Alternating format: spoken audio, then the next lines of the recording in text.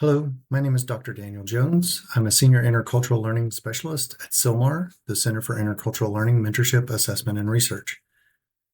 One of my primary duties at CILMAR is providing faculty staff training for intercultural program leaders. Our primary audience over the year has been study abroad leaders.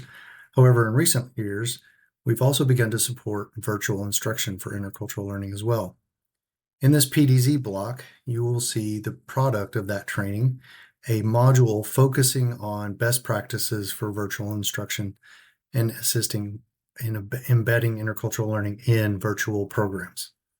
There's an abundance of resources and opportunities for people participating in this virtual training to share ideas and discuss various experiences and resources that they have at their disposal.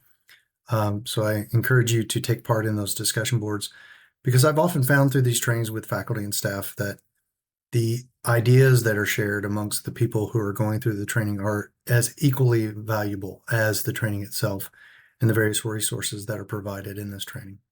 I hope you enjoy the training and get as much out of the resources I have gained from having the experience to share these resources and best practices with faculty and staff leading programs.